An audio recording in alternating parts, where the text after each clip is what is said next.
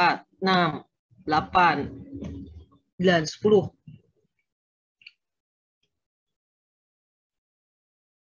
18, 19. Wah, ada yang tangannya hitam. 22. Sisanya sehat. 23.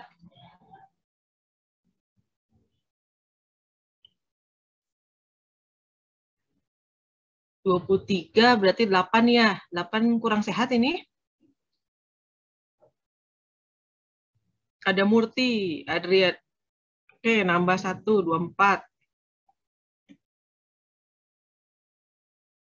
Masih 7. Murti, sehat?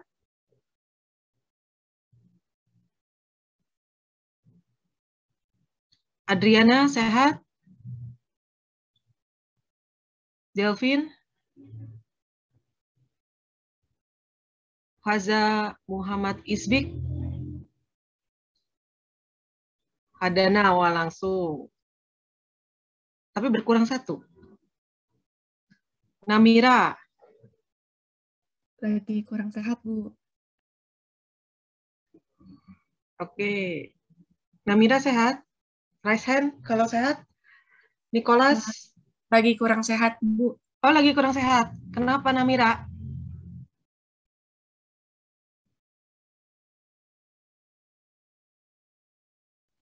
Ada gejala-gejala, Bu. Saya udah Gitu. ya. Udah periksa? Udah juga. Udah. Lagi apa arahan dari dokter? Isoman aja sih, Bu. Isoman. Tapi tes nggak? Iya, udah tes juga. Udah keluar hasilnya? Iya, Bu. Hasilnya gimana? Ya, positif, Bu. Oh, positif. Oh, Namira ngekos di mana nih? Aku di Kanayakan, tapi sekarang isomannya di yang di itu, Bu, ada diurusin sama ITB. Di mana? Cimahi. BPSDM. Oh, yang di Cimahi. Oh, jadi deket saya ya?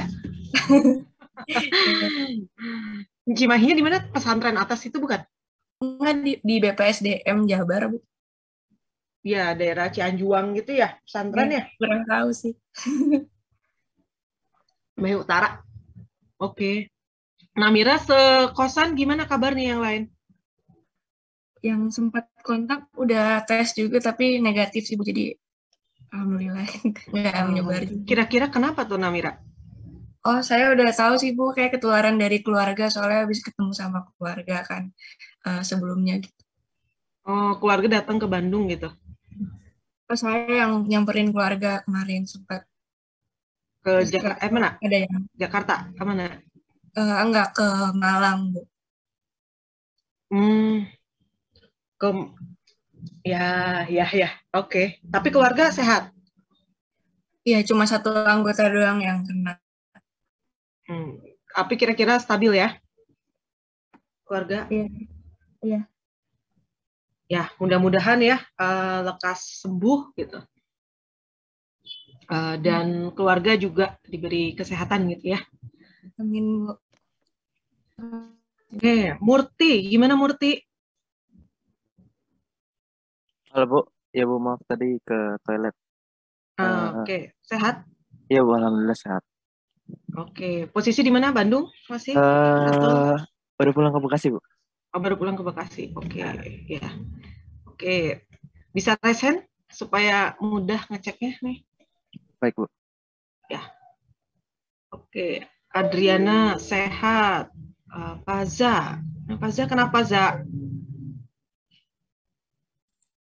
Batuk-batuk Bu. Batuk-batuk. Biasa aja, flu biasa atau gimana? Kurang tahu sih. Kemarin Selasa demam sih. Udah periksa belum? Belum. Belum. Di kosan nih Faza? Di asrama. Oh, di asrama. Ada yang bisa dikontak dari ITB?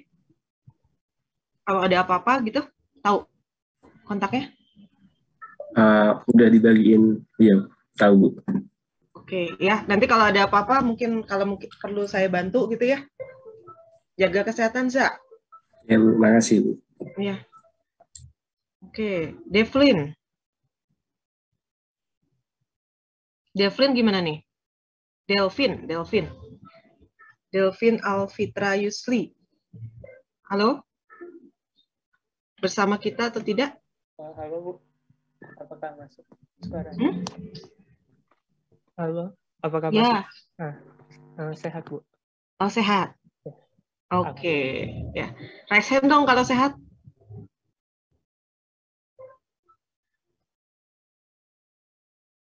Oh, nggak bisa raise hand nggak? Enggak Bu, lagi nyari. Oh, lagi nyari. Coba ada yang ngasih tahu di mana sih naronya? Kadang-kadang nemu, kadang-kadang enggak. Saya kan juga. Oh ya.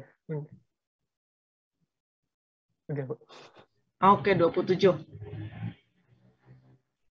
Oke. Ya. Terima kasih semua sudah memberi kabar. Ya, ini ada kita doakan ya teman kita nih, Namira, Faza, sehat-sehat gitu, nggak ada kendala untuk kesehatannya. Itu hanya di atas kertas saja, mudah-mudahan gitu ya. Tapi sebenarnya fisik sehat, fisik semangat sehat ya. Oke, pagi ini kita akan pelajari gitu ya mengenai manajemen peralatan.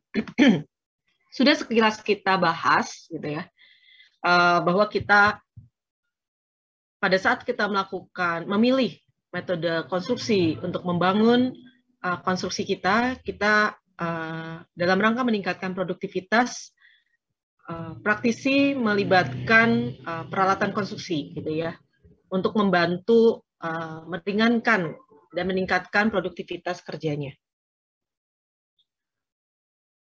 Kembali merefresh, ada beberapa langkah dalam pemilihan peralatan konstruksi.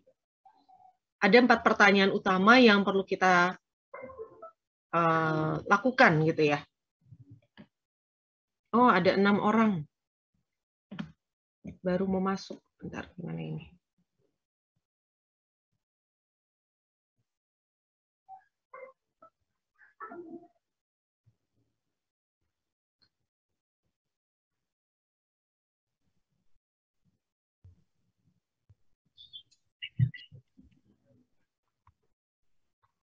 Oke, 6 orang yang baru bergabung, 6 orang atau tadi 31 ya, 5 harusnya ya.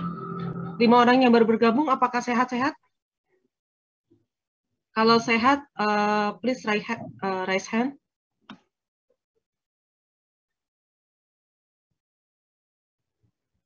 Yang tadi sudah batch pertama raise hand, tolong diturun tangannya. Oke, yang baru bergabung raise hand. Kalau sehat? 3 orang. 2 lagi, siapa yang baru bergabung ya? 4. Bu, saya tadi udah raise hand di batch pertama, cuma tadi ganti device, Bu. Oh gitu, oke. Ya.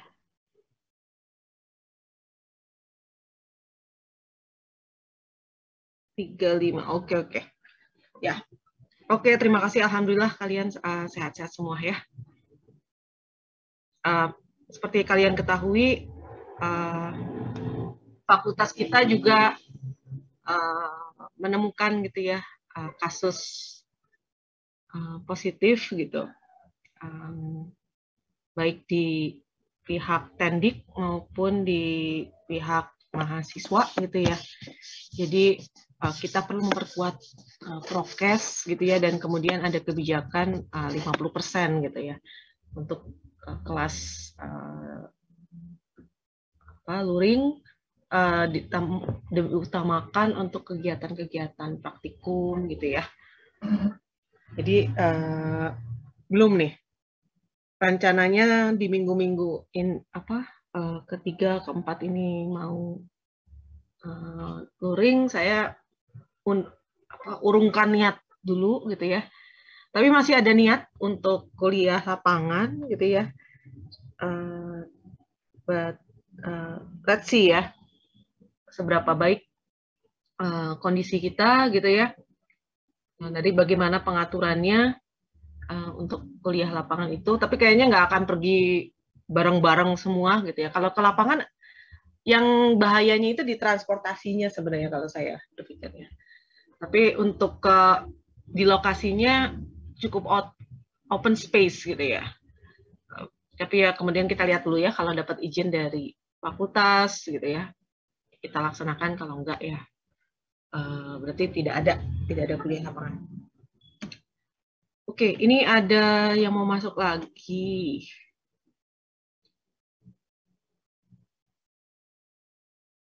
Yang baru bergabung, apakah kondisinya sehat?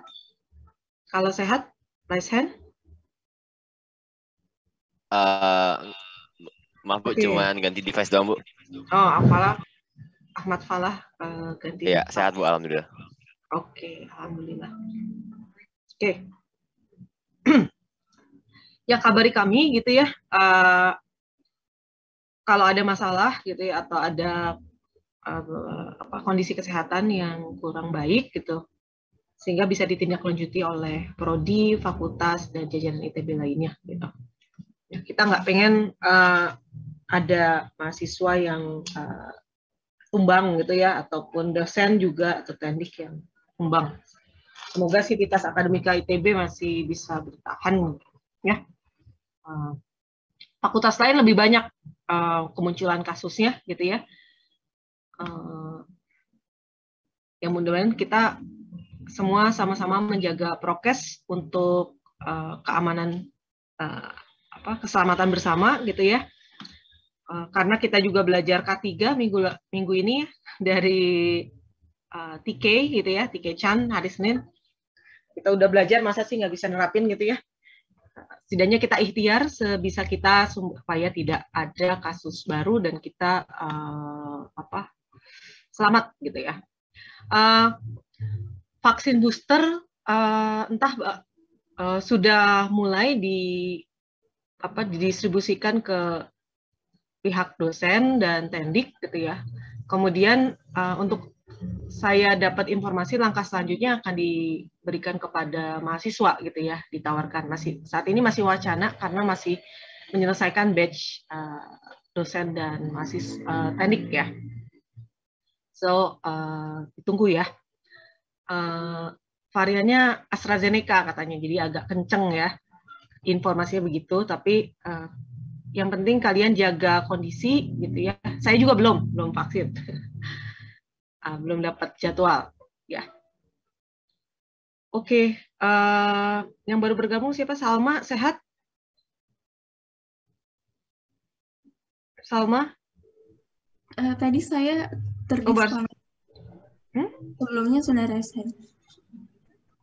Oke. Baik, kembali ke materi gitu ya. Jadi pada saat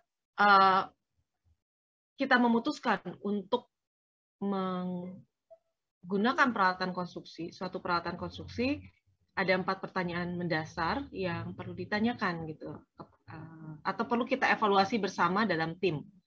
Pertama, sebenarnya apa yang kita kerjakan ya? Nah, dari mana kita tahu apa yang harus kita kerjakan di lapangan? Kembalikanlah kepada kontrak gitu ya. Di dalam kontrak terdapat dokumen teknik gitu ya, yang bisa kita refer. Dokumen teknik dalam kontrak itu apa saja? Baik, kalau misalkan kontraknya desain build ya, masih yang tradisional. Dokumen teknik yang bisa kita refer itu apa saja? Silakan. Gerald, saya suka kucingnya nih, putih. Gerald, kira-kira dokumen kontrak apa yang bisa kita refer untuk mengetahui apa yang harus kita selesaikan ya untuk dalam proyek kita?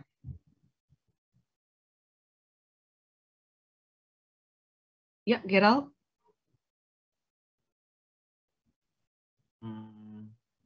Sebentar Bu, agak lupa. Gerald bisa on cam nggak? Oh ya bisa Bu. Supaya teman-temannya bisa lihat. Saya nggak on cam ya, begini.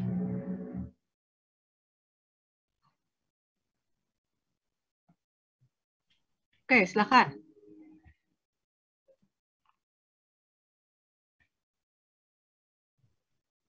Nih, what is need to be done. Yang kita lakukan adalah check the contract. Dokumen teknis di dalam kontrak ada dokumen administrasi dan ada dokumen teknis ya. Nah, dokumen teknis apa yang bisa kita refer untuk mengetahui apa yang harus dikerjakan?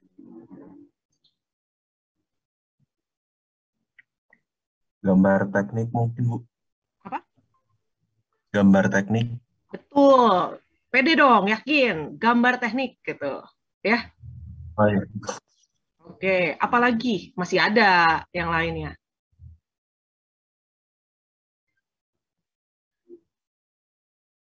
Apa yang lainnya? Dokumen teknis yang ada di dalam bundle dokumen kontrak.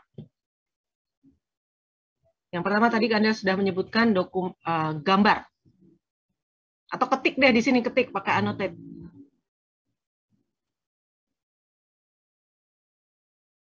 Bisa ketik?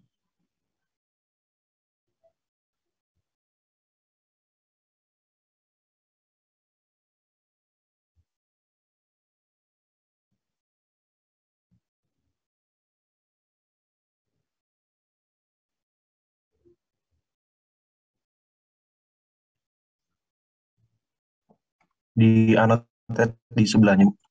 Ya, di mana aja lah yang kosong.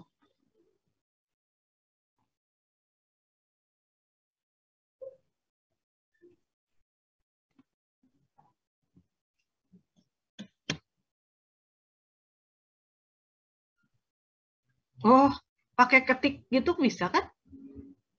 Oh iya. Ada T, Oh, iya. ada teks. Oh, ini. Kalau pakai stylus mungkin bisa ya, lebih mudah. Tapi kalau pakai mouse agak susah biasanya. Bill of quantity, oke. Apa informasi yang, ya udah lanjut aja dulu lah. Kamu nyebutin kelengkapan dokumen aja.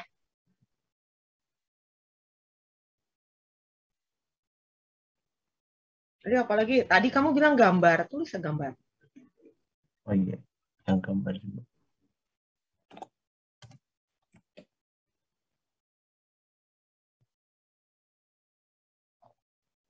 Apalagi?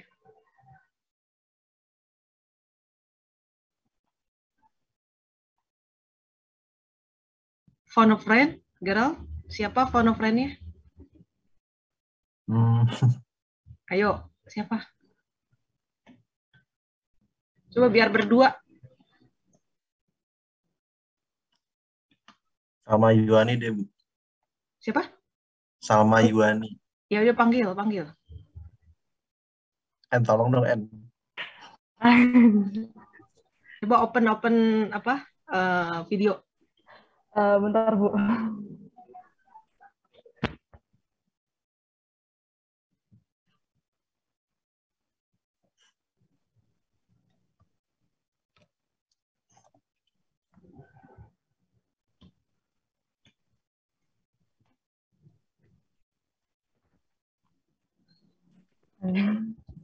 Oke. Tuh, silakan. Apalagi?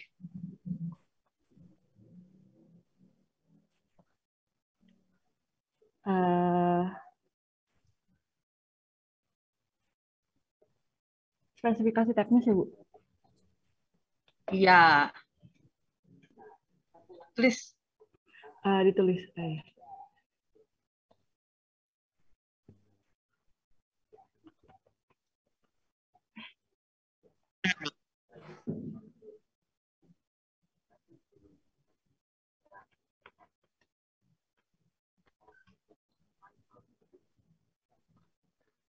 Oke, spesifikasi teknis.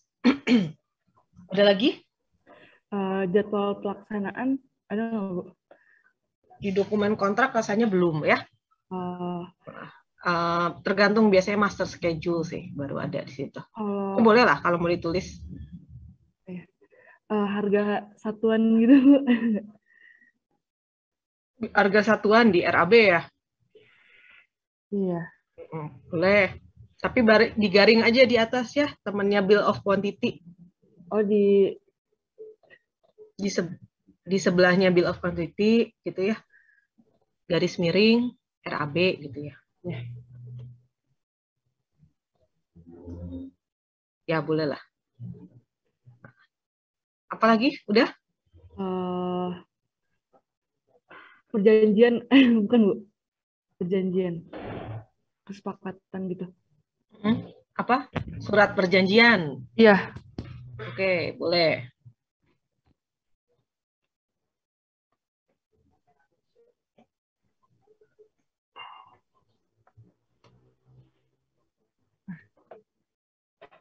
Ayo, Gerald, apa lagi? Apa, Ger? Diem-diem aja.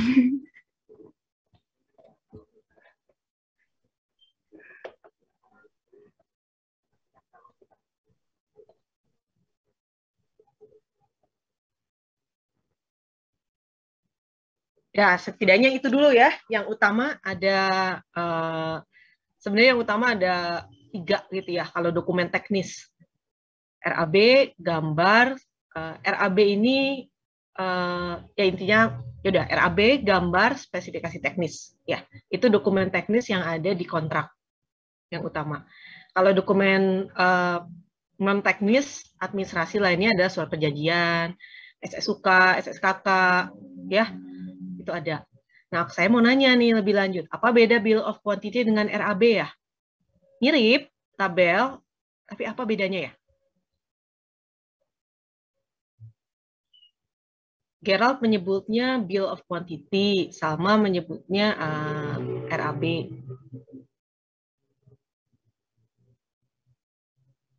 Apa perbedaannya? Ini kali Bu, kalau RAB Siapa nih? itu Palah, Ahmad. Nicholas Siapa Bu. deh? Nicholas. Boleh on cam juga dong?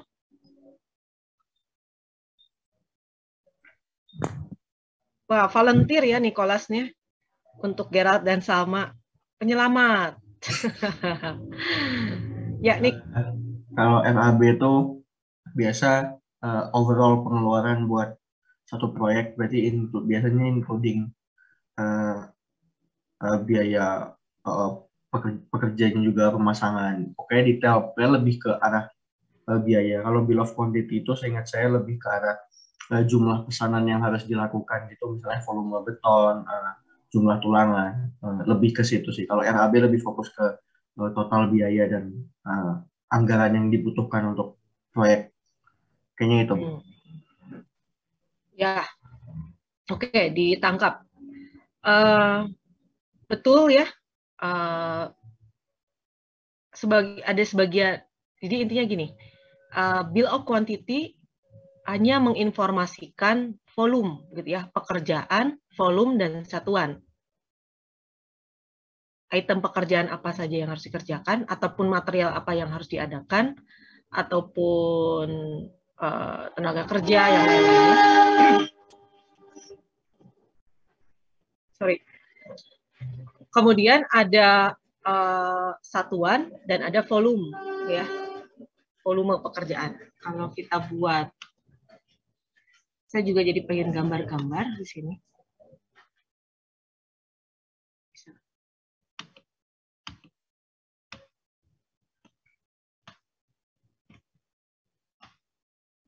Susah. Tinggal apa lah ya. Ini pekerja.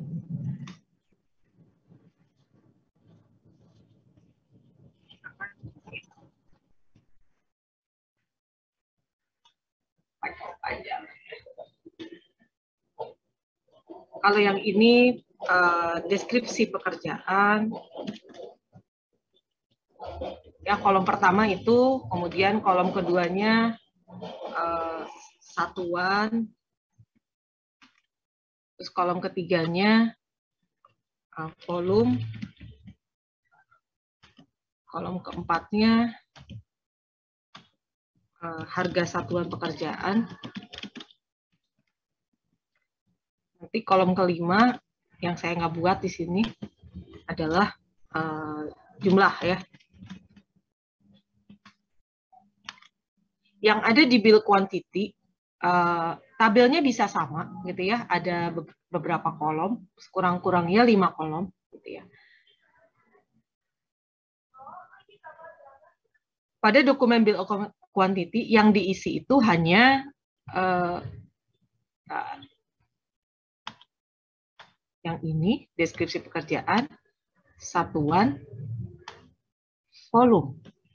Itu yang pasti ada di dokumen bill of quantity.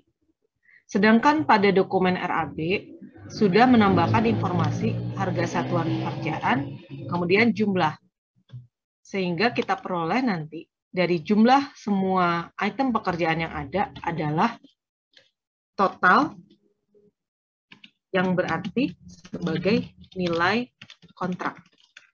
Setelah dijumlah total ini plus plus pajak, plus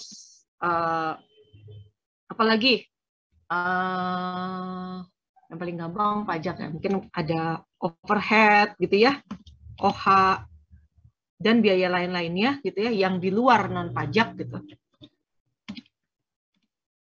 menghasilkan yang namanya nilai kontrak. Ya, bisa ditangkap ya. Nah, jangan sampai kita keliru gitu ya menyebutkan. Di dokumen kontrak sendiri, jadi ada apa Bu? Ada BOQ atau ada RAB? Gitu ya. Nah, di dokumen kontrak adanya bentuknya nanti sudah ada RAB gitu ya. Jadi sudah RAB di sini adalah penawaran dari kontraktor gitu ya. Di satu sisi BOQ ada juga, tapi BOQ yang ada adalah bila kontrak kita adalah kontrak biasanya yang ada kalau kita kontrak harga satuan gitu ya, pasti itu ada BOQ-nya gitu ya. Kalau kontraknya lamsam kadang ada kadang enggak gitu ya. Tergantung kepada jenis pekerjaannya dan skala proyeknya. Kalau skala proyeknya kompleks ya pasti ada gitu, tapi kalau skala proyeknya tidak kompleks tidak ada gitu ya BOQ. Nah, BOQ ini boleh dikatakan adalah form yang nanti harus diisi oleh calon-calon kontraktor untuk melakukan penawaran. Owner atau Pokja di sisi lain memegang BOQ yang sudah ada harga satuan pekerjaan dan nilai kontraknya gitu ya. Nilainya totalnya gitu ya. Yang diperoleh dari hasil hitungannya konsultan desain gitu ya, atau konsultan quantity surveyor gitu. Masih ingat kan ya di pelajaran manajemen konstruksi? Jadi ada perjalanannya nih antara BOQ dengan RAB gitu ya. Nah, tadi untuk bill of quantity yang sudah dilengkapi dengan harga satuan, ya namanya juga RAB gitu ya. Kemudian menghasilkan namanya nilai kontrak. Nah, bukan nilai kontrak ya. Suatu nilai. Nah, suatu nilai ini kalau jadi yang menjadi pegangan bagi owner gitu ya, dan konsultan MK ataupun konsultan desain, apa namanya ya? Angka tersebut namanya apa? Nah, angka tersebut menjadi batas atas atau plafon tertinggi bagi calon kontraktor untuk bisa menawar gitu. Dan hal itu disebutkan di e-procurement-nya gitu ya, di dokumen informasi e-procurement. Apa ya apa sebutan untuk plafon tertinggi atau batas atas dari nilai kontrak yang bisa diajukan oleh kontraktor, calon kontraktor? Harga pagu kan? Siapa nih? Alex. Mana? Hah? Alex, Bu. Alex. Apa? Alex? Harga pagu kan? Pagu. Bisa disebut pagu anggaran ya. Ada kata lain?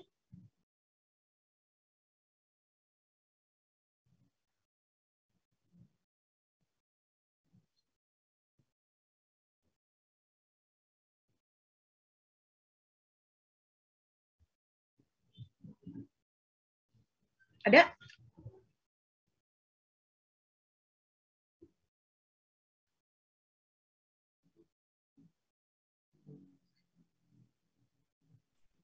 Harga ya, harga apa? bukan. Siapa nih? perkiraan sendiri. Perkiraan? Perkiraan sendiri ya, Bu? Iya, betul ya. Namanya HPS, harga perkiraan sendiri gitu ya. Ini Putu ya? Ya, Bu, Putu, Bu. Ya, oke. Ya, jadi ada yang namanya harga perkiraan sendiri gitu ya. Nah, itu adalah batas atas untuk penawaran dari kontraktor gitu ya. Pagu anggaran tuh mirip-mirip, tapi itu adalah dua angka yang berbeda biasanya gitu ya. Bisa sama, bisa enggak gitu ya. Kalau pagu anggaran itu adalah dana yang disediakan oleh sumber gitu ya, sumber pendanaan, apakah itu APBN atau hibah gitu ya, atau dari luar negeri gitu ya, grant dari luar negeri atau dari owner gitu. Nah, biasanya pagu anggaran itu angkanya lebih besar sama dengan HPS gitu ya, harga perkiraan sendiri. Jadi HPS itu dikeluarkan oleh owner gitu ya, berdasarkan hasil hitungannya dari konsultan desain gitu. Jadi kalau kita kenal ada engineering estimate dan owner estimate gitu ya. Nah, yang engineering estimate adalah yang dikeluarkan oleh konsultan. Kemudian owner estimate disusun berdasarkan engineering estimate gitu ya. Dengan menambahkan biaya-biaya yang mungkin diperlukan gitu ya, atau dibebankan atau dititipkan kepada kontraktor gitu. Karena sebenarnya ya itu uangnya owner kan ya, yang dikerjakan oleh kontraktor nanti ya atas jasa-jasanya. Nah, begitu ya. Jadi itu sedikit intermezzo ke arah manajemen konstruksi gitu ya, yang perlu kalian ketahui. Jadi ada pagu anggaran atau pagu paket, kemudian ada nilai HPS paket, harga perkiraan sendiri, kemudian owner estimate gitu ya, kemudian yang tadi, kemudian ada pula nilai penawaran, RAB dalam bentuk nilai penawaran. Semuanya punya RAB-nya masing-masing, tapi beda-beda versi gitu ya. Seperti itu. Bisa ditangkap ya, jangan sampai keliru gitu. Nah, pada saat kalian KP magang nanti gitu ya, carilah informasi itu gitu ya. Apakah ada perbedaan atau tidak gitu. Kira-kira perbedaannya disebabkan oleh apa? Pertimbangannya seperti apa? Nah, itu akan jadi model kalian nih ya, case by case para praktisi gitu ya, para tim proyek ini bagaimana memandang pembiayaan dari suatu kegiatan konstruksi di lapangan. Oke. Nah, itu dokumen yang pertama ya, Bill of Quantity dan RAB. Kemudian dokumen teknis yang berikutnya adalah gambar teknik ya. Gambar teknik pun ada beberapa tingkatan gitu ya. Coba apa saja ya? Ini gimana caranya supaya saya bisa melihat wajah kalian? Oke, apa? Gambar teknik. Jenis gambar atau jenis gambar teknik apa saja yang ada di sini?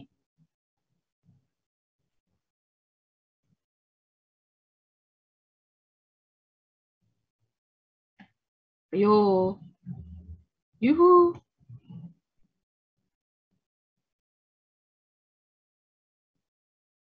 Ya, silakan.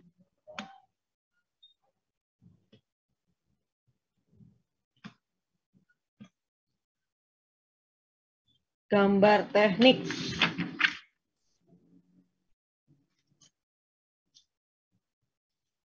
Jenis-jenis gambar teknik kalian sudah ketahui ya pada saat mata kuliah MK.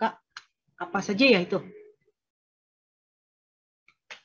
Ini kita jadi lama ya. Yang Oke, Murti, silakan. Yang ada shutdown. Ini bisa on cam nggak? Kalau berbicara ya untuk kalian ya, kan kalau sama dengan kita di HMS ya, HMS apa? Pasal 1, senior selalu benar. Pasal 2, kalau senior melakukan kesalahan, lihat pasal 1 ya. Oke, silakan. Yang ini bukan Bu, shop drawing, detail engineering design shop sama drawing, S-build drawing. detail engineering. Tulis, bisa. Betul. Silakan tulis.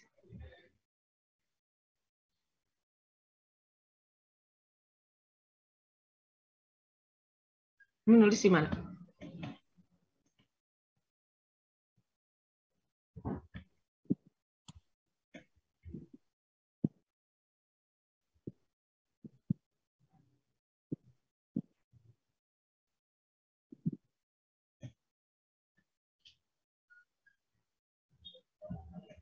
Supaya lebih luas.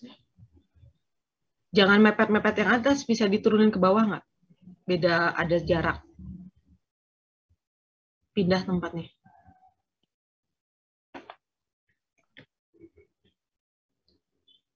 Saya dihapus ya. Speknya hilang.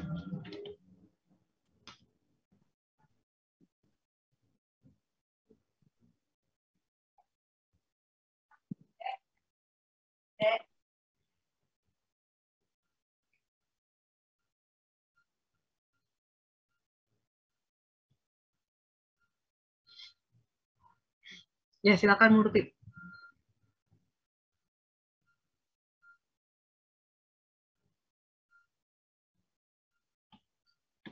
Ini Bu. Udah semuanya? Ini yang saya tahu. Oke, ya. Nah, kalau menurut Murti, gambar teknik yang mana yang ada di dokumen kontrak pada saat suatu kontraktor, ya ini baru mulai gitu ya, sesudah tanda tangan kontrak gitu ya, dokumen apa yang diacu? Gambar teknik apa ya? Jenis gambar teknik apa yang diacu oleh kontraktor? Menurut saya shop drawing karena lebih lengkap. Oke. Ada phone a friend barangkali? Tanya temennya.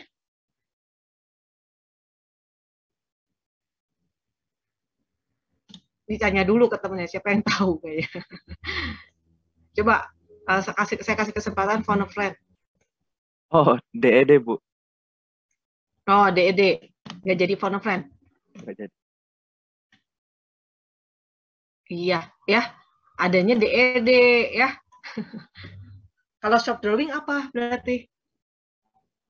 Kamu buka WA apa sih? Nunduk-nunduk. Ini kan ada buku juga. Ya, nyatet. Sama siapa WA-nya? WA sama siapa nih? WA. Enggak, kamu berubah jadi DED. Terus shop drawing itu apa? Soalnya shop drawing salah. Mungkin gitu. DED Bu. Oke. Ya DED ya. Yang ada jadi DED. Nah kalau shop drawing apa dong?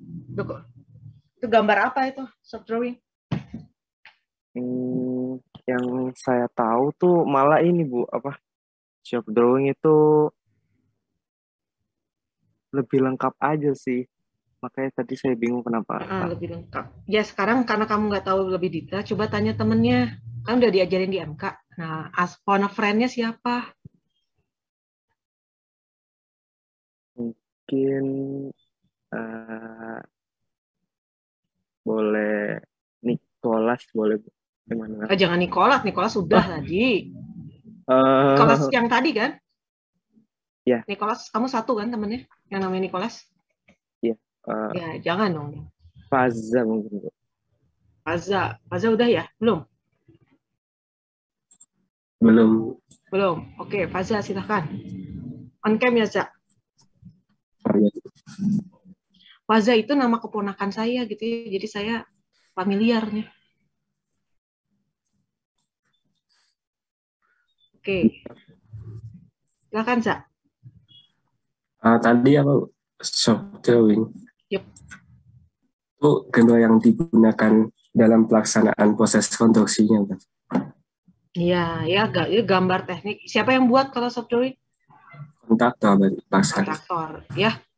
Jadi gambar teknik yang dibuat oleh kontraktor dalam pelaksanaan proyek konstruksi, gitu ya, sebagai acuan dalam melaksanakan pekerjaan, itu namanya shop drawing. Nah, shop drawing ini dikembangkan dari DED, ya. Oke, makasih Faza, makasih Murti ya. Ya. Sip. Oke, nah jadi ada di dokumen kontrak itu ada yang namanya gambar teknik. Nah, jenis gambar tekniknya adalah bisa jadi DED gitu. Dan bisa ada satu lagi sebenarnya. Kalau kalian jenis kontraknya adalah design and build.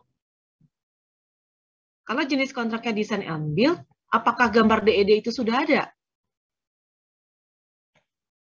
Ayo. Silakan aja yang bisa langsung aja.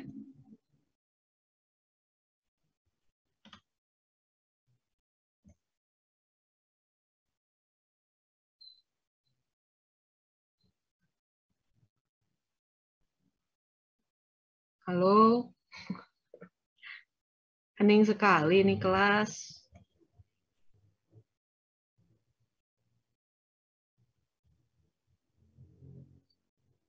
Kalau kita kontraknya design and build, gambar tekniknya apakah DED atau bukan gitu?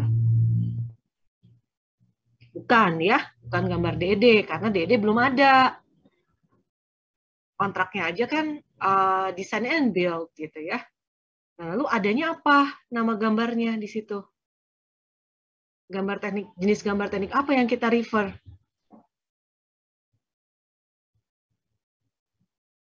Coba ada yang gambarnya kucing lagi nggak ya? Nggak ada ya kayaknya ya. Nggak ada, adanya ICEE.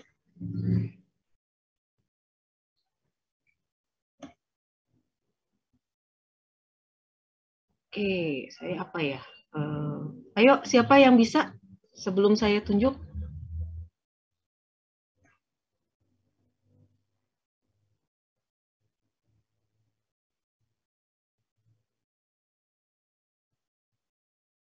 Saya senang gambarnya HMS nih. Coba Alfafa. Profile pic-nya Alfafa. Oke Bu, mohon maaf sebelumnya Bu, belum bisa on cam soalnya sinyal saya kurang. Oke ya. Tadi di itu ya Bu, design and build ya Bu. Ya. Mungkin ini kali ya Bu, basic desainnya aja mungkin. Iya, betul. Basic design, basic drawing ya jadinya ya, sebutnya. Oke, ya. Jadi banyak macamnya, banyak jenisnya yang perlu kalian ketahui gitu ya, jangan sampai keliru gitu ya. Oke. Dokumen teknik yang berikutnya yang pasti ada adalah spesifikasi teknis gitu ya. Di dokumen spesifikasi teknis ini ada informasi apa saja ya. Minggu lalu kita bahas nih. Informasi apa saja yang ada di dokumen spesifikasi teknis. Yang bisa jadi reference kita untuk melihat apa saja yang harus kita lakukan. Apa informasi yang ada di dalam dokumen spesifikasi teknis?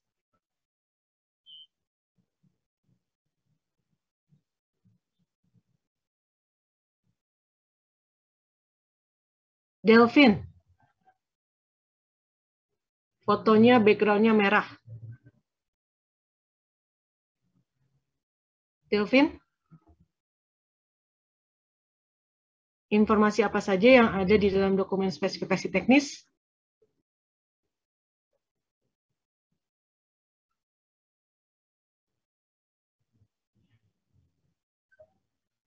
Halo Bu, apakah kedengaran? Bisa lebih keras? Oh. Bentar. Apakah udah cukup keras? Nah, sekarang keras.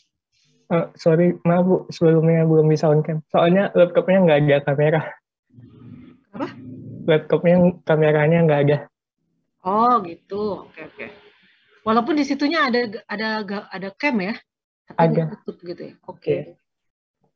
Nah, tadi pertanyaannya apa isi dari spesifikasi teknis ya Bu? Iya.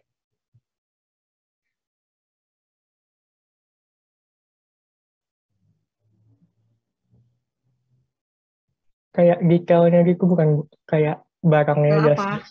Detail kayak harga. Bukan kayak persyaratan kerjanya dari barangnya, jasanya, sama pekerjaan yang dibutuhkan, kayak bahannya.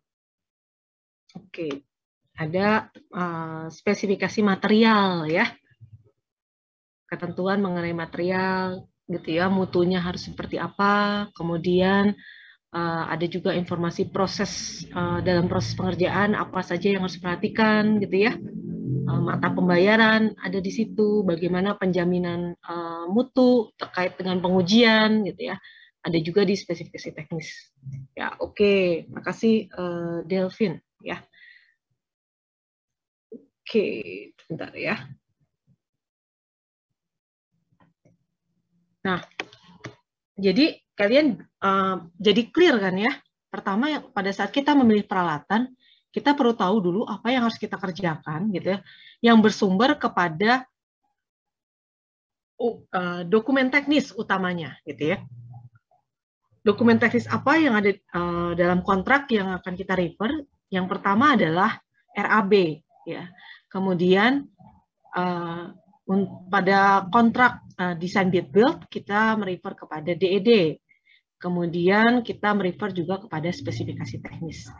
Itu adalah dokumen yang kita refer gitu ya. Di RAB kita dapat pekerjaan apa saja yang harus dilakukan gitu ya, volumenya seperti apa, harganya bagaimana gitu ya. Di harga itu kan didahului oleh namanya analisis harga satuan gitu ya. Seperti kalian pelajari juga di MK gitu ya. Di analisis harga satuan ada 3 informasi utama. Itu informasi mengenai tenaga kerjanya, materialnya, dan apa?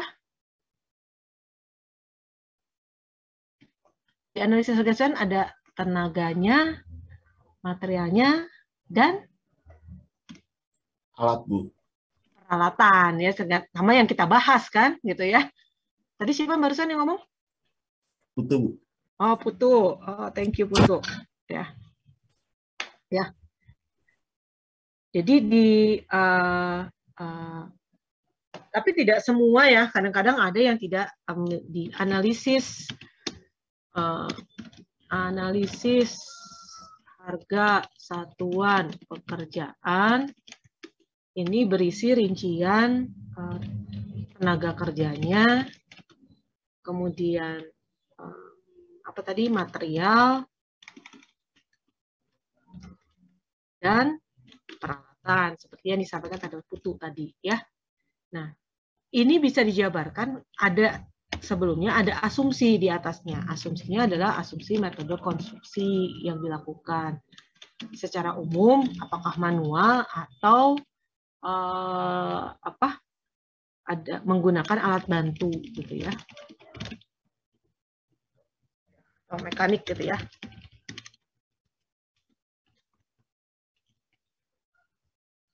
Ya, nah dengan diputuskannya metode konstruksi gitu ya, ini metode konstruksi ini juga merefer kepada isi pada dokumen spesifikasi teknis gitu ya.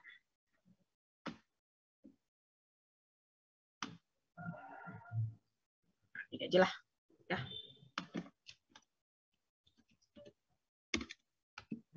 Di RAB ini kita cari lagi detailnya, kita di dalamnya ada yang namanya analisis harga satuan, kemudian analisis harga satuan ada metode konstruksi, asumsi metode konstruksi yang digunakan, tenaga kerja, material, peralatan. Nah, peralatannya ada listnya, misalkan untuk pekerjaan penggalian ternyata digunakan eskavator dan dump truck gitu ya, hanya itu. Terus ada juga mungkin di RAB proyek lain untuk pekerjaan penggaliannya, gitu ya. Ini analisis pekerjaan, kita isi di sini misalkan galian tanah biasa kedalaman berapa? 3 meter, ya. Kurang dari 3 meter.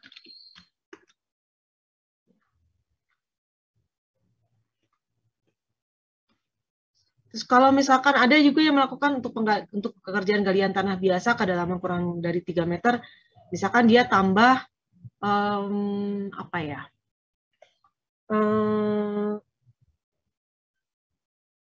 Mungkin yang bulldozer gitu ya.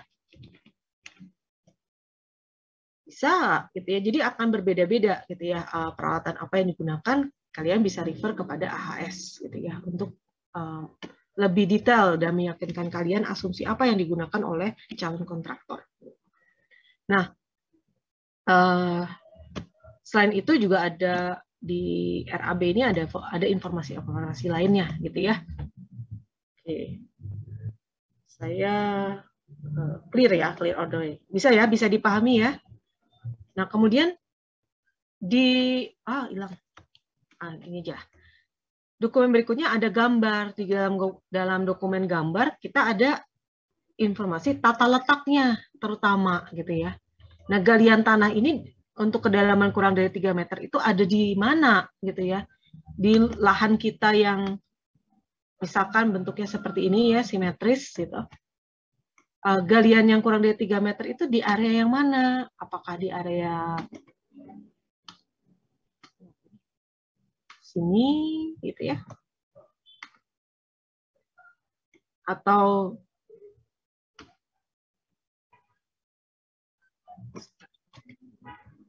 sini dan sini misalkan. Tengahnya ini lebih dalam lagi karena ada basement gitu ya. Nah, ini ada informasi mengenai tata letak adanya di gambar gitu ya, posisinya di mana. Nah, kemudian spesifikasi teknis berisi bagaimana kegiatan itu harus dilaksanakan gitu ya. Pengujiannya gitu ya, standar mutu yang harus dicapai gitu ya. Nah, itu juga kalau misalkan standar mutunya sangat tinggi, tentunya kita perlu secara implisit kita dapat informasi, peralatannya harus lebih spek tinggi dan sebagainya gitu ya. Di spek ditulis juga mungkin peralatan yang harus digunakan apa saja gitu ya. Nah, seperti itu ya. Oke, clear. Oke. Nah, sesudah itu pertanyaan kedua berisi how does it going to be done. Nah, ini refernya ada di mana? Nge-refer kemana? Di antara ketiga dokumen tadi ini refer kemana? Spesifikasi teknis mungkin, Bu. Spesifikasi teknis ya. Kemudian untuk tadi barusan siapa? Putu, Bu. Oh, Putu lagi. Oke. Terus kalau resource needed material, Putu lihatnya di mana? Untuk pemilihan material, spesifikasi teknis juga mungkin ya, Bu. Oke. Lalu quantity and quality of resource bisa on cam, Putu? Bisa, Bu. Oke. Dan saya nyala mati saya bingung. Oh gitu. Soalnya di teras ring tuh di Bali. Oke, apa quantity and quality of resource ada di mana informasinya?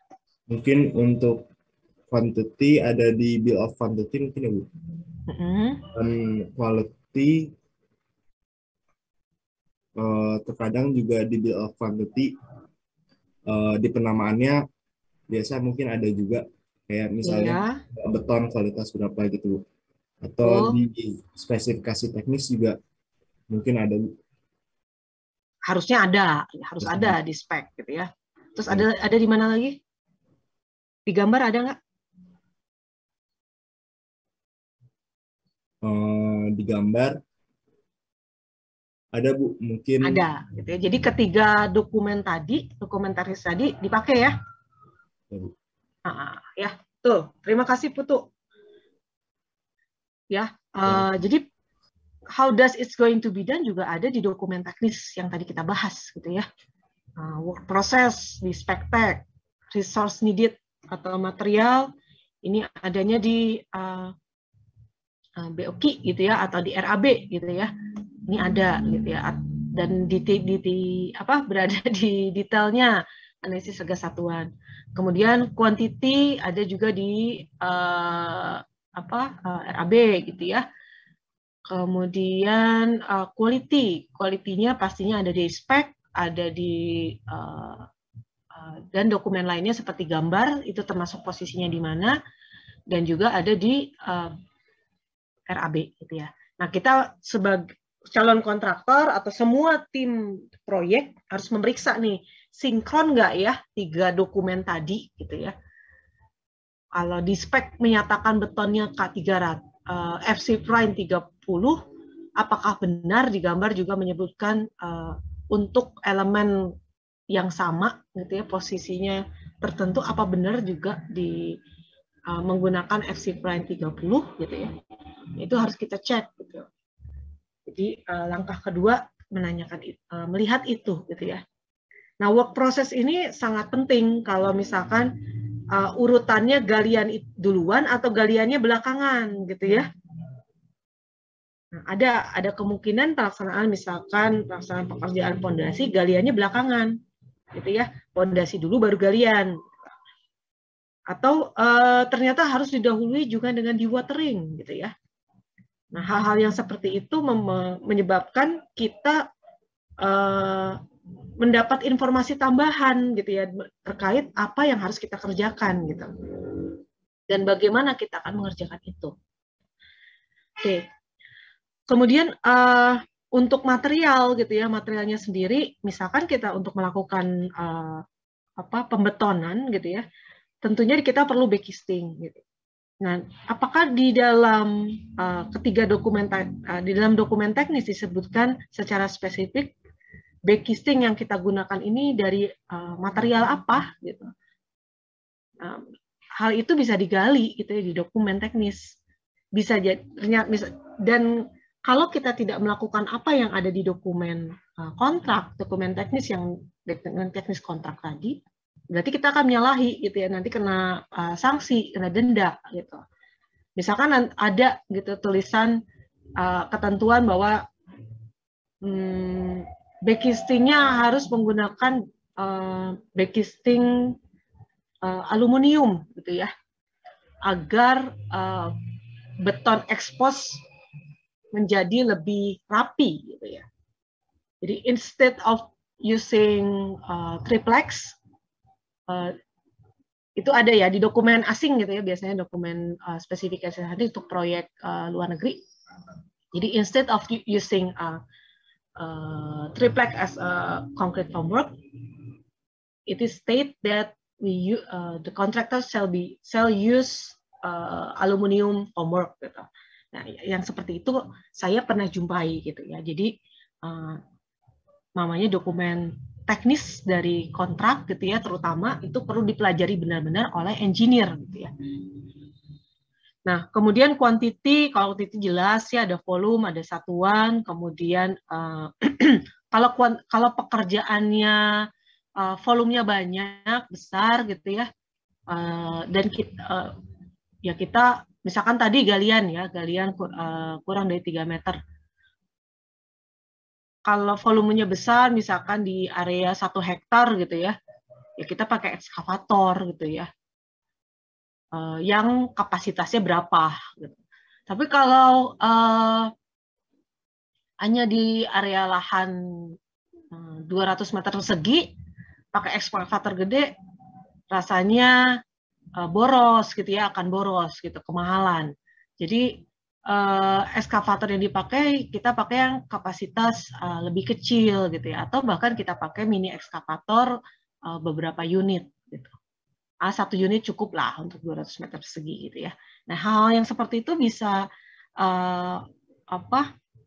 kita temukan gitu ya dari dokumen kontrak gitu ya, dan harus kita ketahui di awal gitu ya, supaya kita bisa melakukan optimisasi terkait dengan bagaimana kita membangun konstruksi gitu ya, sesuai dengan yang ada di gambar gitu ya, seperti itu. Baik, nah lanjut pertanyaan yang berikutnya adalah do we need equipment gitu ya. Nah, balik sebenarnya kunci utamanya ada di AHS gitu ya. Nah, di AHS ini kita cari informasi apakah memang perlu equipment, peralatan khusus nggak, disyaratkan nggak. Ternyata gali 200 meternya nggak di AHS nggak pakai ekskavator gitu ya. Berarti manual gitu. Nah, itu bisa saja terjadi seperti itu gitu ya. Nah, gimana kalaupun calon kontraktor misalkan menginginkan menggunakan mini eskavator, boleh nggak?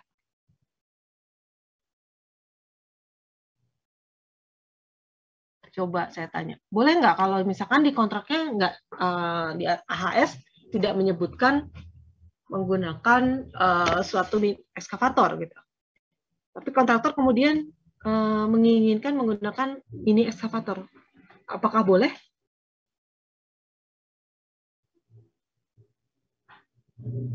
Melalui mekanisme apa itu bisa dibolehkan misalkan, atau tidak diperbolehkan, mekanismenya gimana juga? Pertama, boleh apa enggak gitu. Coba saya panggil saja ya. Siapa ya? Yang tadi baru masuk, Ifah ya? Ifah Kistia. Iya Bu, tadi terdiskoneksi. Jadi. Oh gitu, oke. Tapi menyimak? Yang S ya Bu, kalau beda dengan AHS.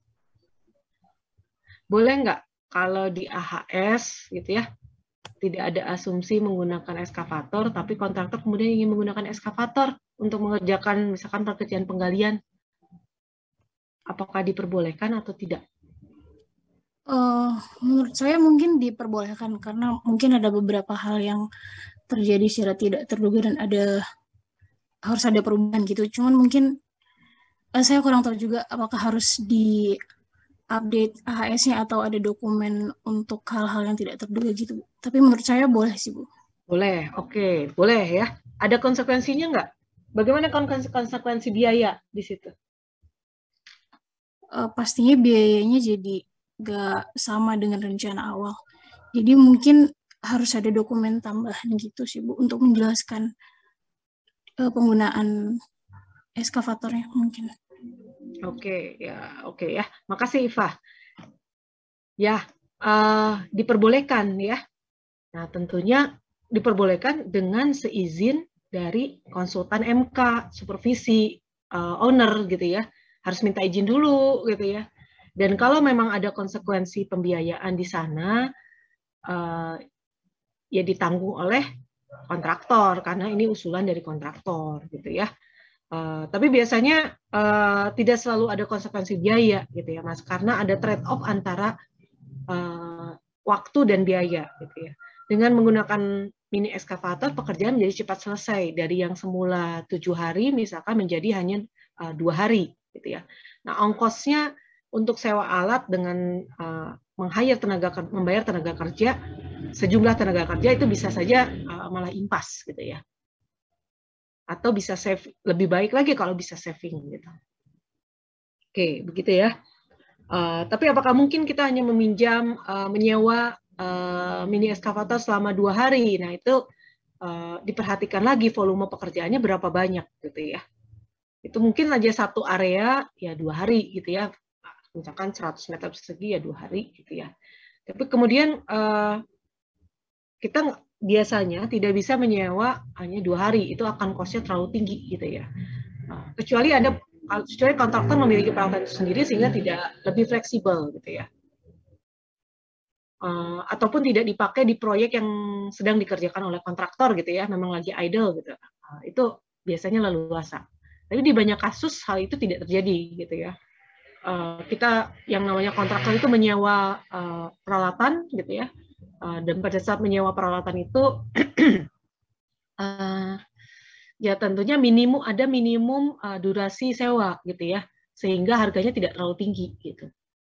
Nah, minimum durasi sewa yang itu biasanya yang ekonomis itu sebulan gitu ya. Kalau kalau memang perlu perlu banget ya bisa 2 minggu gitu ya, seperti itu. Untuk barang-barang yang peralatan-peralatan khusus yang sifatnya umum paling singkat sih 2 minggu, tapi harganya biasanya harga sewanya mahal banget gitu ya. Kalau harian ya unlikely gitu, asalkan ditanggung sih ya bisa-bisa saja sih ya. Oke, nah kemudian kita lihat lebih detail di sini ya. Jadi di do we need equipment konsiderannya adalah volume pekerjaan, kemudian available time, work or task conditions, dan safety gitu ya. Nah, work task condition ini kondisi misalkan lagi hujan deras gitu ya. Kalau hujan deras kita pakai alatnya ya juga dipikirkan bagaimana kita memproteksi peralatannya gitu ya, atau bagaimana kita memproteksi site-nya. Ngecor itu sebaiknya tidak dilakukan pada saat hujan deras ataupun pada saat panas terik gitu ya, karena akan mempengaruhi terhadap mutu beton yang dihasilkan. Gitu. Atau apalagi ya, kalau memang harus mengecor di saat musim hujan, kerjaannya memang ya di musim-musim udah nggak ada waktu lagi gitu ya, ya memang harus dilakukan. Berarti kita perlu melakukan yang namanya proteksi ya, berarti nambah mungkin pakai terpal gitu ya, atau alatnya bagaimana gitu ya, ada pengamanan lainnya gitu. Nah, begitu nambah peralatan juga dilihat ada peralatan pendukung lainnya yang perlu disediakan atau tidak gitu. Misalkan kita ngecor di saat kemarau terus panasnya terik di musim panas ya. Panasnya terik banget gitu ya. Nah, kemudian volume beton yang kita cor pun puluhan ribu kubik gitu ya. Kita mau ngecor pylon dari suatu jembatan gitu ya. Nah, pylon jembatan itu udah volume betonnya banyak gitu ya. Kemudian suhunya terik, lalu tidak boleh terputus ngecornya gitu ya. Nah, itu adanya kondisi itu adalah salah satu kondisi pekerjaan yang memang harus kita identifikasi gitu ya. Resikonya apa, kemudian konsekuensi terhadap kebutuhan peralatannya bagaimana gitu. Nah, kalau kondisi seperti itu solusinya apa? Ya salah satunya misalkan kita tambahkan perpipaan gitu ya, supaya bisa menyebabkan setting up dari beton merata gitu ya. Jangan sampai beton yang ada di tengah itu tetap masih basah, tapi luarnya karena cuaca yang panas lebih kering gitu ya, jadi nanti akan timbul retak-retak gitu ya, itu yang tidak diharapkan gitu. Dan ada cold joint di sana gitu ya, di sambungan-sambungan misalkan gitu ya. Kemudian kita menginginkan beton kita ini mengerasnya itu bersamaan gitu ya. Kalau mengerasnya bersamaan, otomatis tidak akan muncul yang namanya retak-retak ataupun permasalahan-permasalahan beton lainnya gitu ya, cold joint atau yang lain sebagainya gitu ya. Segregasi itu udah pasti kita coba hindari gitu ya. Nah, itu contoh. Sehingga kita alirkan perpipaan karena kita butuh pipa, kemudian kita butuh kompresor, pompa gitu ya, kemudian kita pompa, kemudian karena misalkan jauh dari listrik kita butuh genset dan lain sebagainya. Nah, di sisi lain juga ada requirement yang terkait dengan safety gitu ya. Terutama untuk pekerjaan-pekerjaan yang dilakukan di ketinggian, kita ada persyaratan yang harus disiapkan gitu ya. Misalkan nettingnya, jaring pengaman gitu ya, ataupun belt gitu ya, safety beltnya. Nah, hal-hal yang seperti equipmentnya, misalkan ternyata karena memang tinggi sekali, tidak bisa orang naik tangga gitu ya, ya harus disediakan lift gitu.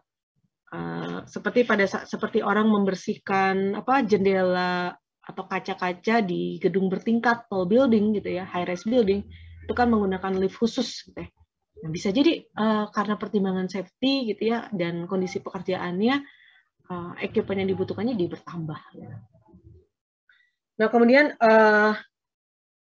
yang lain adalah pertanyaan berikutnya adalah what kind of combination equipment do we need? Gitu ya.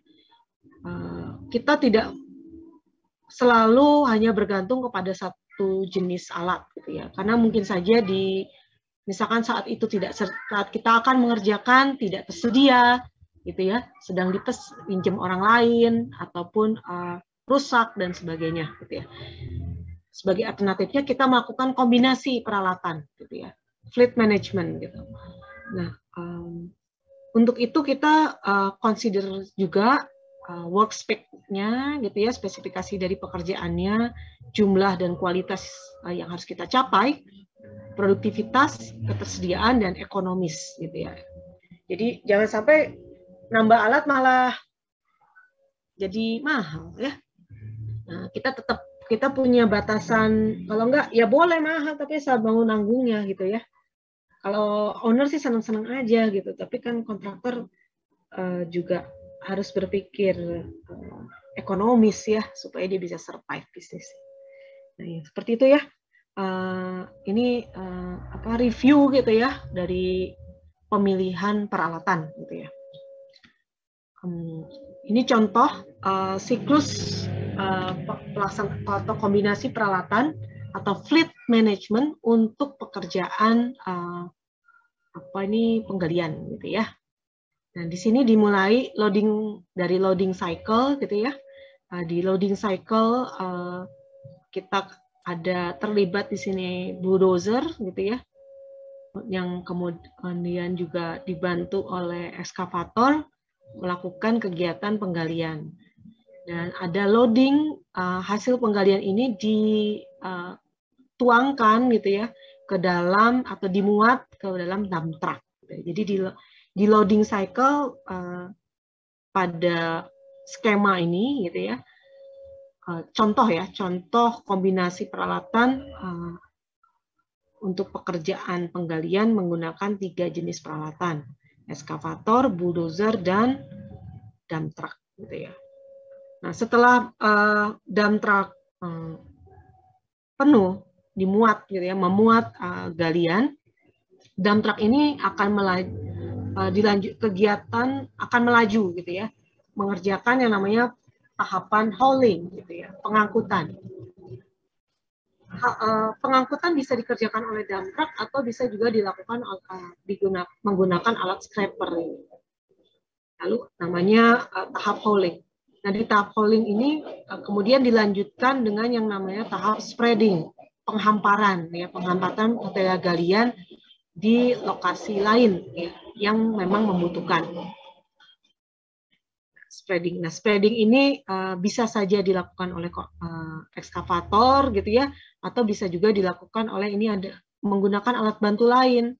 Ini namanya motor grader gitu ya, untuk grading gitu, permukaan.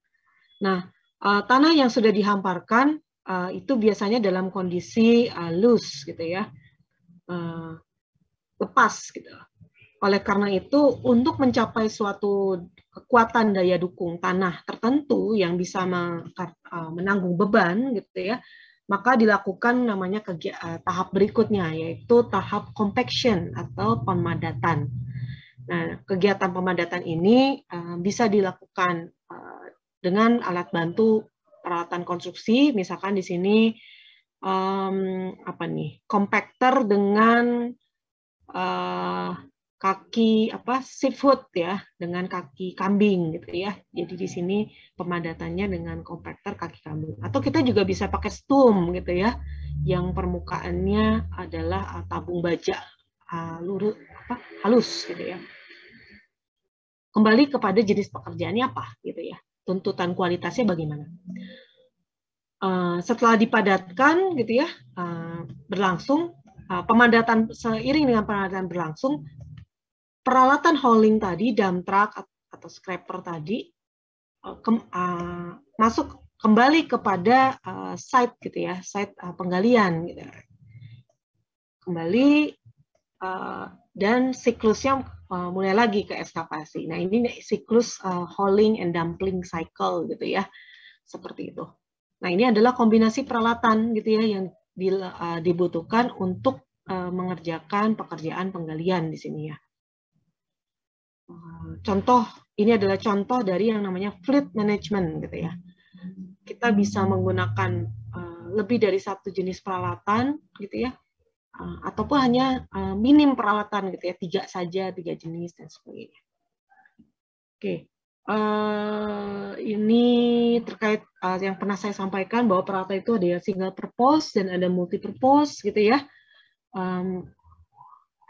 Ini Single purpose intinya single purpose hanya bisa digunakan untuk melaksanakan satu jenis pekerjaan, sedangkan multi purpose itu banyak feature-nya gitu ya, dan kombinasi attachment. Lalu ada juga yang tadi saya sampaikan, kombinasi peralatan itu dinamakan fleet gitu ya, armada, dan proses manajemennya dinamakan pengelolaan armada atau fleet management gitu ya. Nah, fleet management ini umumnya lebih kompleks ya, dan dilakukan untuk pekerjaan yang skalanya atau volumenya besar. Pengelolaan armada atau fleet management ini menyangkut banyak hal gitu ya. Ada 6 poin sekurang-kurangnya yang akan termasuk di dalam manajemen fleet management ataupun pengelolaan armada peralatan, yaitu kita kelola operasionalnya. Operasional ini menyangkut jadwal dan rangkaian kombinasi peralatan. Jadi kalian perlu gambarkan nih siklus ini. Kemudian penjadwalan penugasan operatornya dan teknisi pembantu. Satu jenis peralatan dump truck itu biasanya butuh 2 orang, yang satu sebagai sub driver gitu ya, satu lagi untuk teknisi gitu ya, bantu untuk mengarahkan, misalkan untuk mengarahkan supaya posisinya tepat di area penggalian gitu ya, atau penghamparan gitu. Masalah safety itu dibantu sama teknisi pembantu.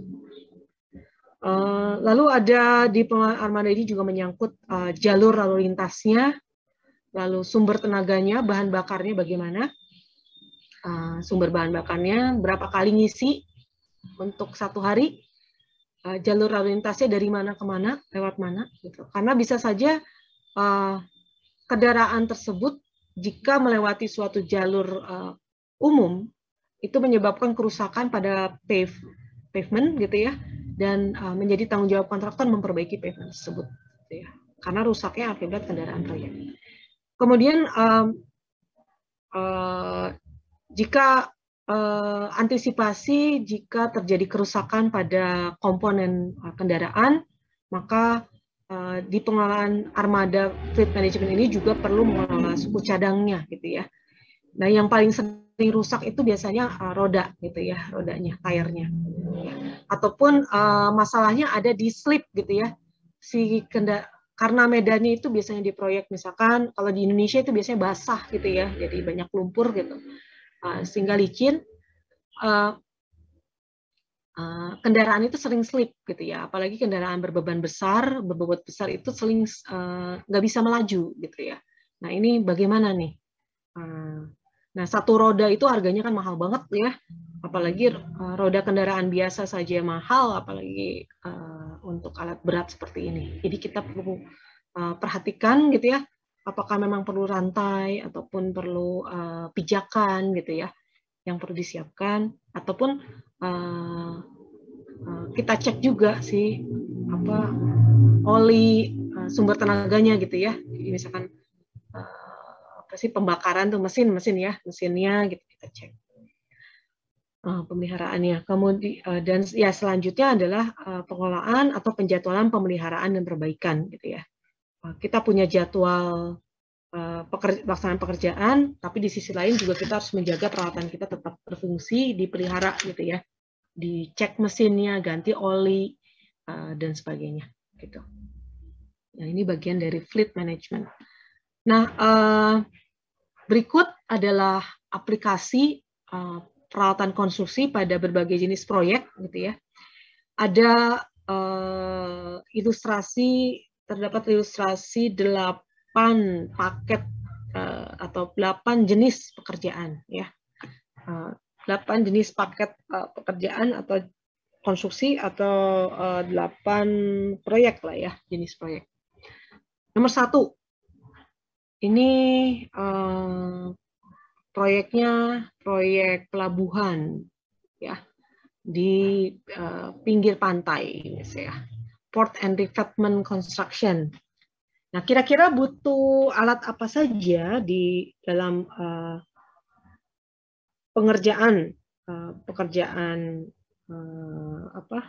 pelabuhan dan revetment ini gitu ya. Revetment tahu kan ya, struktur pelindung ya, struktur pelindung di di bantaran sungai atau pantai gitu ya. Jadi untuk menyerap energi dari aliran air atau ombak gitu ya.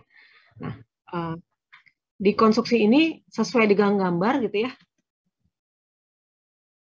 Contoh gitu ya, ilustrasinya membutuhkan yang namanya crane. Nah, crane-nya ini kebetulan yang dipakai adalah crawler cranes ya. Dengan jeepnya berupa apa ini? Jeepnya jeep derrick gitu ya. Kemudian bisa juga dibantu dengan truck cranes gitu ya, seperti ini. Kemudian jadi tidak menggunakan tower crane tapi menggunakan crane dan truck cranes ya, jadi mobile cranes. Kemudian hydraulic excavator juga digunakan di sini untuk membantu kegiatan lifting gitu ya dan kegiatan lainnya, penggalian gitu ya, penimbunan. Ada wheel loaders juga untuk membantu pekerjaan penggalian dan penimbunan. Tire loaders, vibratory rollers juga mungkin digunakan untuk pemadatan. Oh ini Mas, ditambahkan juga ya tower crane ya. Kalau memungkinkan ditempatkan tower crane itu biasanya butuh pijakan yang stabil gitu ya. Jadi perlu dipikirkan nih pondasinya. Atau instead daripada kita menggunakan mobile crane dari darat, dipilih menggunakan crane dari laut gitu ya. Namanya floating cranes. Gitu. Nah, ini misalkan ini contoh ya ilustrasi peralatan-peralatan apa saja yang dibutuhkan untuk mengerjakan paket pekerjaan pelabuhan dan revetment ya. Paket pekerjaan konstruksi pelabuhan dan revetment, dermaga atau trestle gitu ya. Di sini. Oke. Nomor dua kita ada produksi agregat. Nah, ini quarry gitu ya. Di pabrik gitu ya. Nah, di pabrik di quarry ini butuh alat apa saja gitu. Ngomong-ngomong, kalian sudah pernah KP ke tempat quarry belum? Belum, Bu. Apa kuliah lapangan udah pernah belum? Belum, Bu. Belum, Bu. Kan COVID. Belum juga. Di Bandung sebenarnya di Cimahi tuh Batu Jajar ada yang dekat-dekat ya. Nah, ya kalau misalkan jadi lihat gambar dulu ya. Tapi kalau lihat ke sana wah amazed banget gitu ya. Apa ya? Ya amaze-nya tuh macam-macam ya, positif negatif ya. Oke, produksi agregat gitu ya. Jadi mereka menggali, mengupas suatu bukit dengan mungkin bukit pasir atau bukit batu gitu ya. Dan mereka blasting juga gitu ya. Nah, di produksi agregat, di lokasi produksi agregat ini juga bagian dari konstruksi karena kita biasanya membutuhkan material agregat kasar ataupun halus ataupun tanah gitu ya, yang dengan kualitas tertentu sesuai dengan kebutuhan pavement ataupun kebutuhan perbaikan tanah yang kita lakukan, atau bendungan gitu ya, untuk bendungan atau untuk yang lain lah, perbaikan tanah yang lain.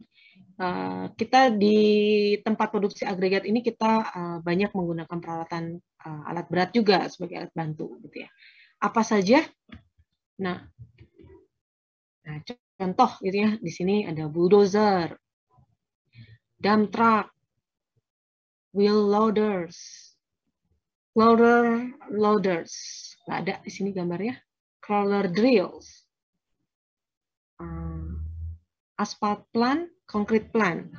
Kalau misalkan di production aggregate ini juga dedicated juga ya, didedikasikan juga untuk pavement, flexible pavement gitu ya. Biasanya kita punya asphalt mixing plant di sini. Atau kalau agregat ini dipakai dedicated untuk beton gitu ya, kita punya concrete plant di sini. Di beton itu ada batching plant gitu ya, di sana ada alat ngukurnya, ada silonya, ada mixernya yang kemudian nanti dituangkan ke truk mixer gitu ya. Nah, ini contoh yang lokasi kedua gitu ya.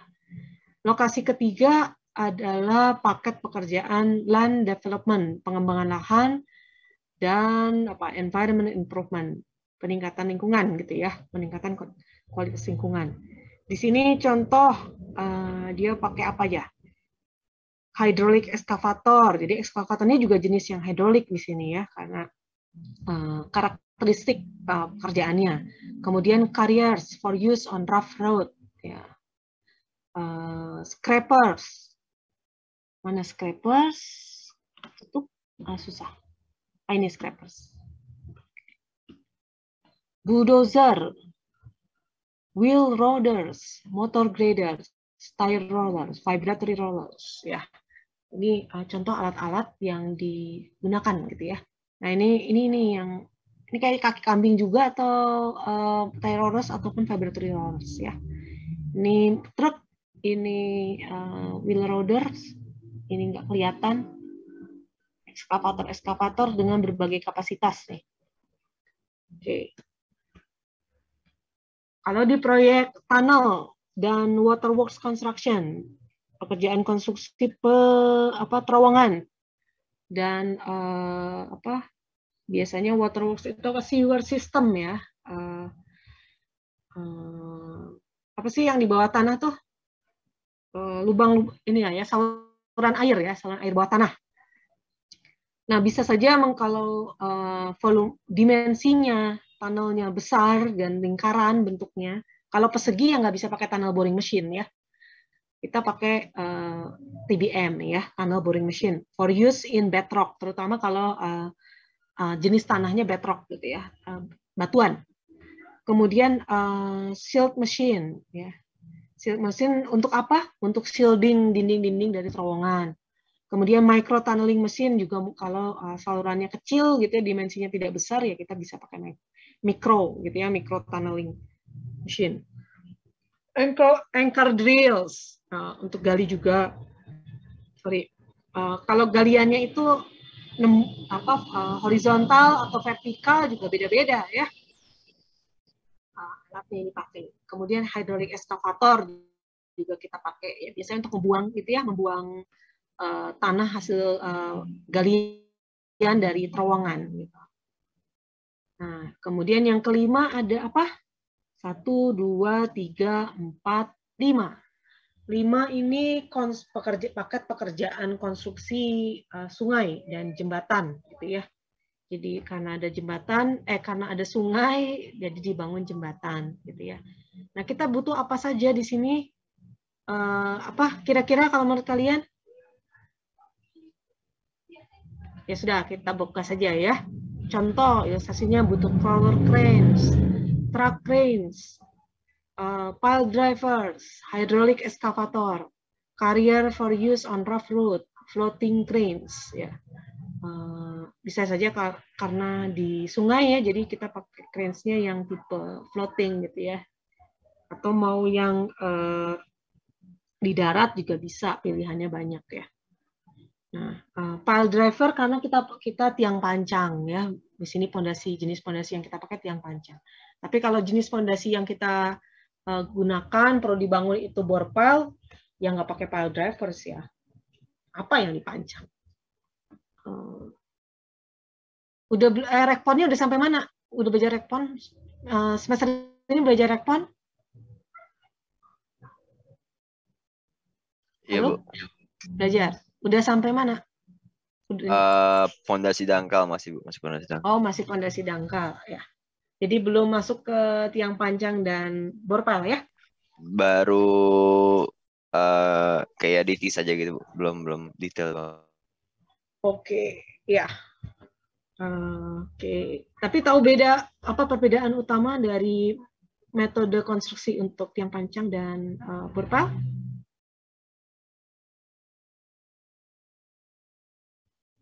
Izin menjawab, Bu. Ya, silakan siapa? Nama, NIM gitu ya. Oh, Alex, Bu.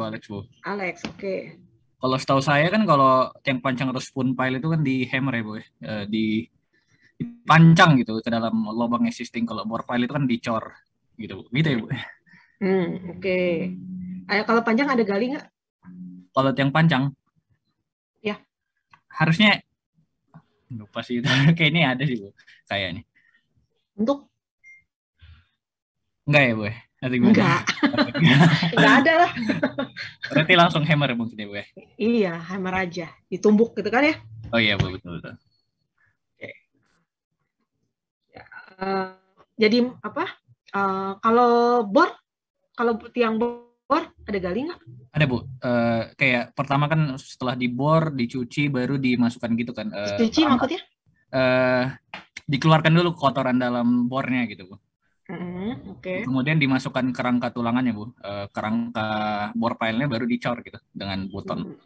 Oke ya, itu ya. Dicuci bisa dijelaskan nih istilah dicucinya. Ngerti sih gitu ya, saya bisa ngebayangin, cuma kalau nanti yang lain mungkin nggak bisa nerima gitu ya. Kalau seperti Pak yang sudah senior ahlinya geoteknik nanti nggak bisa nerima dicuci, nanti nyalahin saya. Oke. Maksudnya apa nih dicuci?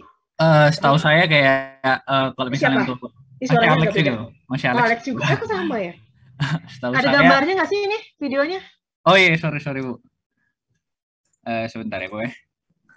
Tapi sekali lagi kalau saya nggak on cam maaf ya. Lihat pasal 1. Oke. Kalau setahu saya kalau dicuci itu contohnya itu kan setelah dibor, kalau nggak salah disiram gitu dan dipompa dengan air gitu ya, dimasukkan air, kemudian diairkan lagi keluar untuk menghilangkan lumpur-lumpur yang ada di dalam bor itu Bu, lubang bor itu. Maksudnya dicuci ke sana gitu ya? Iya betul. Ya jadi pada saat kita menggali gitu ya, mengebor gitu, kita menggunakan yang namanya augernya. Si tanah yang kita gali itu akan menempel di auger itu gitu ya. Tapi tidak seluruhnya, masih ada yang tersisa gitu. Nah tentunya sisa-sisa tanah itu perlu dikeluarkan gitu ya, dan kita dengan alat bantu auger tadi sih sebenarnya masih kita lumayan gitu ya, tapi masih ada gitu. Akhirnya kita tuangkan, namanya slurry gitu ya, bukan air biasa ya, yang juga memadatkan supaya dinding yang kita bor itu tidak runtuh gitu. Jadi bukan dicuci gitu ya, itu slurry untuk membuat supaya